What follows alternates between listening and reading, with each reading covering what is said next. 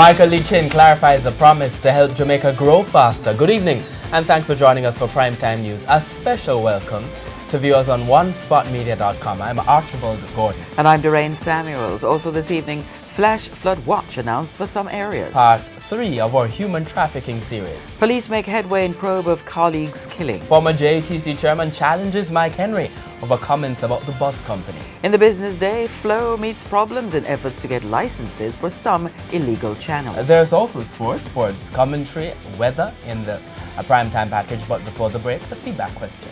Do you think enforcing the death penalty would be a significant deterrent to criminals in Jamaica? Share comments online, facebook.com/television Jamaica and tweet us at Television Jam.